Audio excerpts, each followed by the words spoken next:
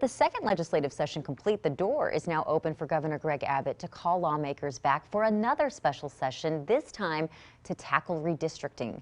The task of drawing new voting district lines for the state is historically contentious and messy. KXAN's Monica Madden explains how Texas lawmakers are preparing.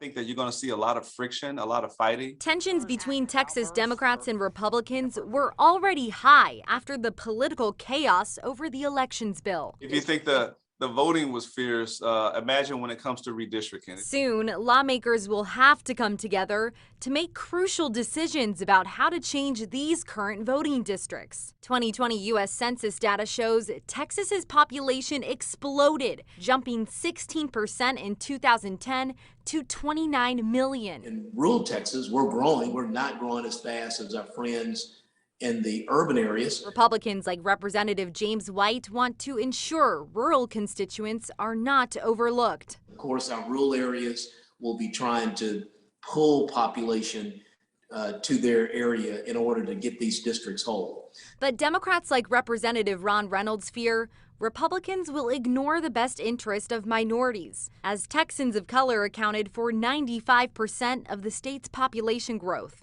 They're going to gerrymander the districts to fit their Republican majorities. And so they're going to draw them in such a way that it dilutes communities of interest to break them up. Without the numbers to control outcomes, Reynolds says his party has to get creative.